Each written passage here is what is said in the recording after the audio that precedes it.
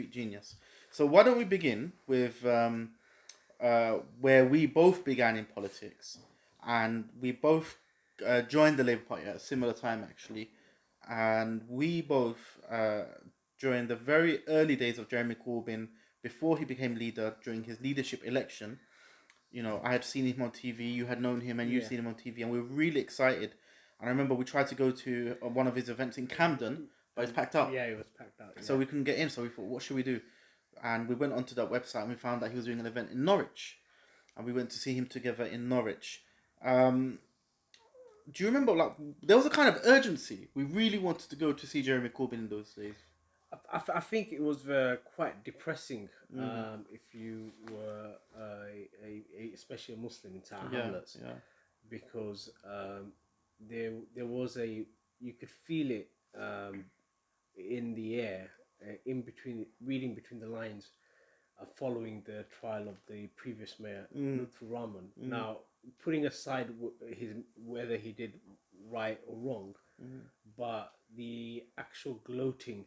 You could feel this gloating in the media that they took down a black political figure, and it was more than just his misdemeanor. It was basically felt like that a message was sent out saying people should be in their places, and it was quite a depressing time to live in Tower Hamlets and in the East, and just reading the right wing press, etc.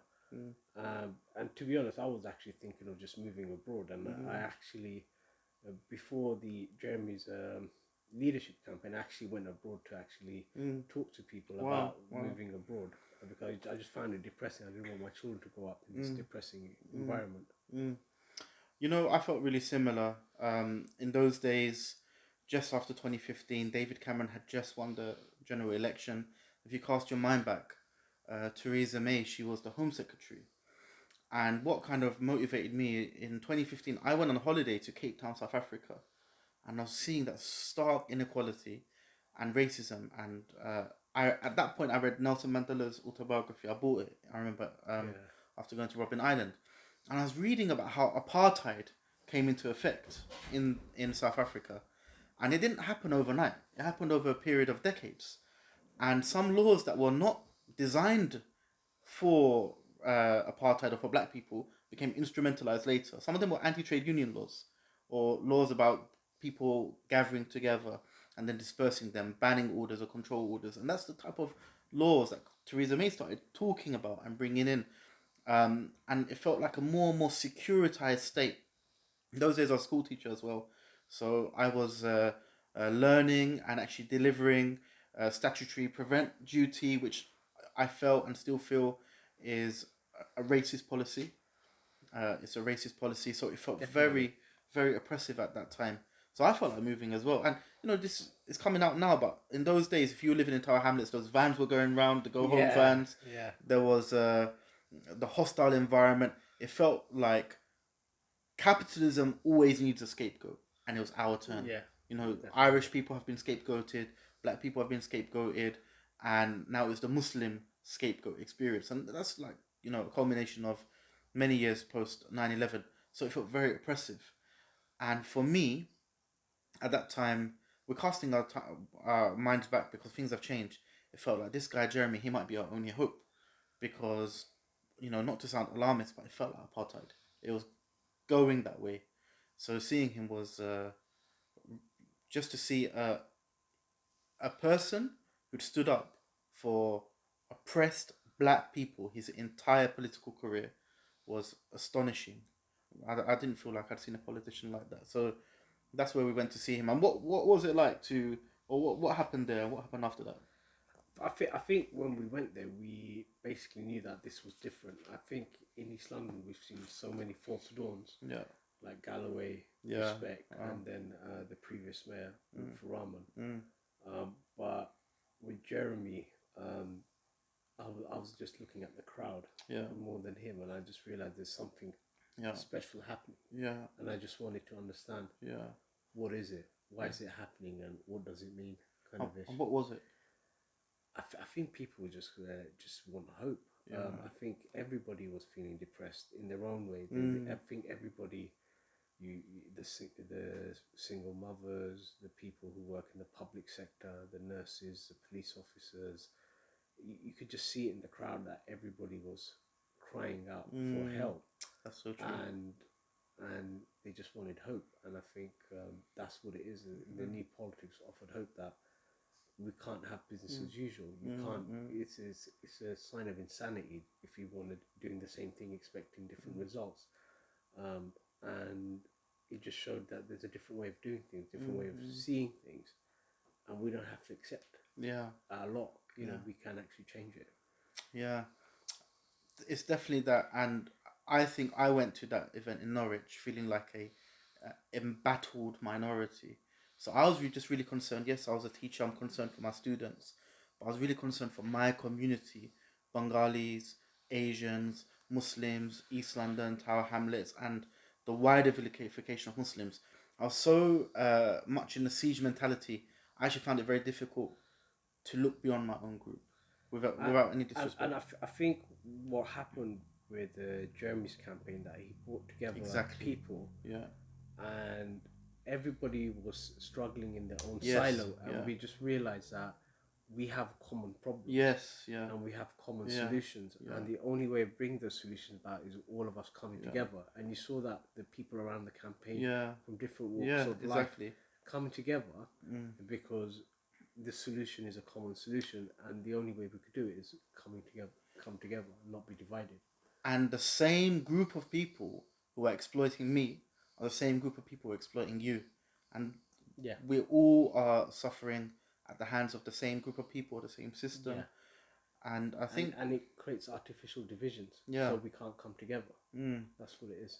I think for me, the specific thing I liked about Jeremy Corbyn's message was that he said something which is, each and every one of you, you might know something that I don't, and she might know something that we don't, but we all have something to share. And I felt like, actually, as this person with quite an embattled mindset, growing up in East London, I had a particular experience to share, and many people felt that. So it felt like a very empowering message. I think, well, I mean, it's a very interesting and important point. I suppose, I mean, this isn't a political rally. I think that's the distinction. This is, I mean, I spend a lot of my time waltzing across the country trying to do exactly that, trying to get people to feel fired up about the injustices they face, but also to want to feel that they're doing something about it. And I suppose this is more of an event where we can talk about our history. That's the theme, to talk about the history and what it can teach us and how it can inspire us. And I think that has its role to play in terms of what we do as a movement. But at the same time, of course, we need the sorts of events which I spend all too much of my time which are about trying to inspire people directly in terms of being, you know, as a political rally that gets people up and ready to change society. But what I would say is, it isn't just about anger, because there is actually no shortage of anger out there. And the problem often is people's anger is redirected, of course, at all the wrong people, the people at the bottom of society, who are forced to take the blame for the misdemeanors and crimes of the people with power. And the problem we've got at the moment, in the absence of hope, people feel angry in either a destructive way, that anger directed at all the wrong people, or a kind of angry resignation, you know, to yell at the television and throw things at the radio, but not feel that there's anything they can do to change society. And of course, it was Tony Benn, who I miss very much, and he said that the way you get change is the burning flame of anger at injustice and the burning flame of hope at a better world. And we've got to marry the two.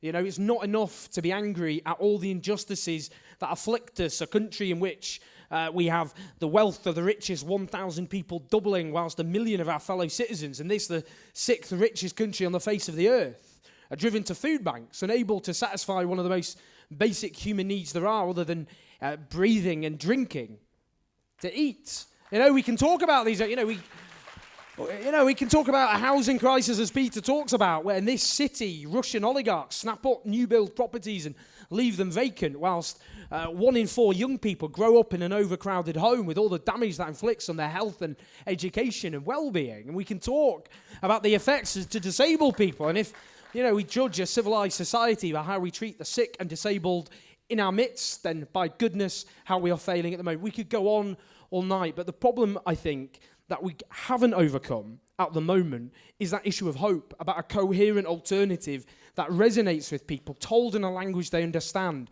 that is coherent and credible, and that can bring people to think, yes, I'm fed up with how things are, but I'm not going to grit my teeth and take the blows because I don't think there's any other alternative, that there is no alternative, that injustice is like the weather, which you can complain about it raining, but there's nothing you can do about it. And that's how people feel at the moment.